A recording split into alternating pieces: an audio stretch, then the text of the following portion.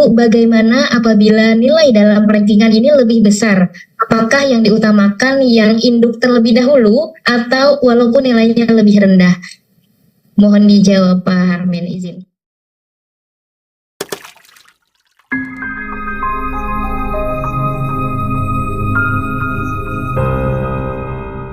Pertama, terkait dengan optimalisasi untuk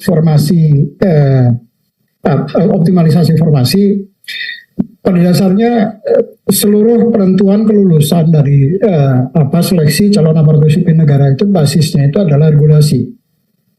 Jadi kalau di dalam regulasinya kemudian didorong adanya optimalisasi pengisian formasi, maka tentu saja nanti akan ada optimalisasinya. Tapi tentu ini tidak bisa kemudian, kalau regulasinya kemudian tidak ada optimalisasi, kemudian kita lakukan optimalisasi, kita keliru. Jadi intinya adalah seluruh kebijakan di dalam proses penentuan kelulusan dan pengisian formasi ini basisnya adalah regulasi yang sudah diumumkan atau disampaikan oleh atau ditetapkan oleh Kementerian Pan-RB. Jadi tidak bisa kemudian kebijakan itu dilakukan di tengah-tengah. Apalagi kalau kebijakan itu kemudian dilakukan tanpa ada dasar. Jadi sama halnya dengan seleksi per 3K di tahun 2022 yang lalu, kemudian kita lakukan optimalisasi pengisian formasi untuk P3K teknis misalnya, harus keluar dulu kebijakannya. Karena dia tidak diatur, awalnya itu tidak diatur di dalam peraturan Menpannya, tetapi kemudian karena jumlah tingkat keterisian formasinya begitu rendah, maka harus ada dasarnya dulu untuk bisa melakukan itu. Jadi tidak bisa kemudian serta-merta misalnya, oh ini ada 2 formasi yang kosong nih, langsung dioptimalisasi tanpa ada kebijakan. Itu nggak bisa. Karena ini tadi saya sampaikan prinsipnya adalah selain ada transparansi juga kemudian dia harus bisa dipertanggungjawabkan kepada publik. Nah, wujud pertanggungjawaban kepada publik tadi itu harus bisa dilihat dari ada basis hukumnya nggak untuk bisa melakukan itu. Karena ini juga kemudian akan menjadi subjek untuk auditnya BPK. Teman-teman di BPK. Mereka kemudian pada saat melakukan audit terhadap proses penyelenggaraan seleksi ini, BPK tidak saja kemudian melakukan audit terhadap proses penggunaan anggarannya, tetapi juga apakah pelaksanaan seleksinya itu juga sudah didasarkan atas regulasi yang ada atau tidak. Nah, kalau ada kegiatan yang kemudian tidak didasarkan pada regulasi, maka itu juga kemudian keluar menjadi subjek auditnya teman-teman BPK.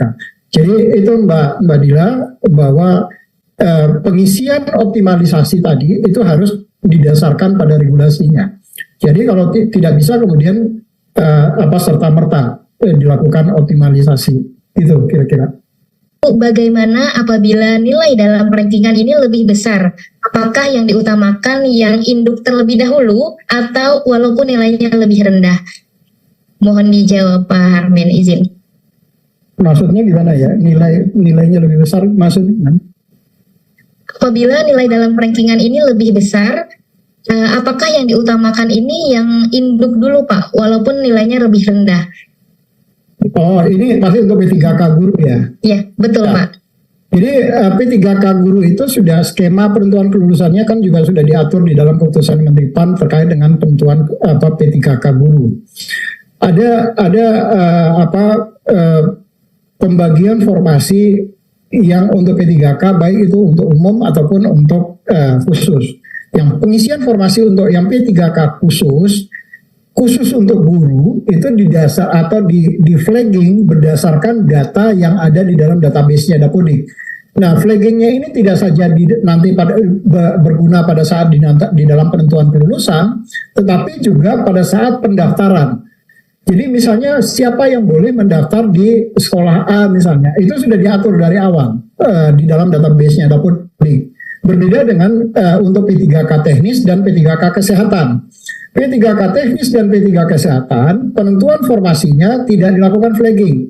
Jadi penentuan kelulusannya itu didasarkan pada khusus untuk yang P3K formasi khusus, maka penentuan kelulusannya berdasarkan perankingan. Dan kalau kita berbicara perankingan, tentu di situ adalah berbicara berdasarkan yang tertinggi terlebih dahulu. Karena dia dari awal tidak dilakukan flagging. Jadi nanti tinggal diurut yang tertinggi itu siapa, itulah yang kemudian masuk akan mengisi di dalam formasi yang ada di P3K teknis maupun P3K kesehatan yang khusus formasi khusus. Tetapi tentu nanti akan dibedakan dulu. Formasi khususnya itu kan ada dua di situ. Ada yang pertama itu adalah PHK 2, kemudian baru non ASN. Jadi formasi khusus yang di P3K teknis dan P3K kesehatan, tentu yang prioritas utama itu adalah yang THK 2-nya dulu yang akan diselesaikan.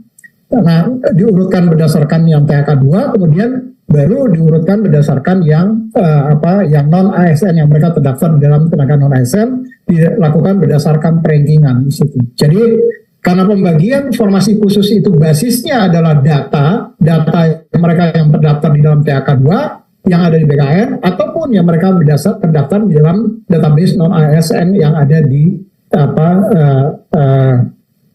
database yang pencatatan dari non ASN tadi.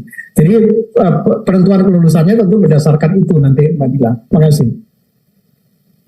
Baik Pak Harmen, berarti beda ini ya Pak ya kalau untuk guru dan untuk tenaga teknis maupun tenaga kesehatan. Ya. Yang pertanyaan ketiga nih Pak. Jadi ada pengaturannya sendiri-sendiri untuk itu.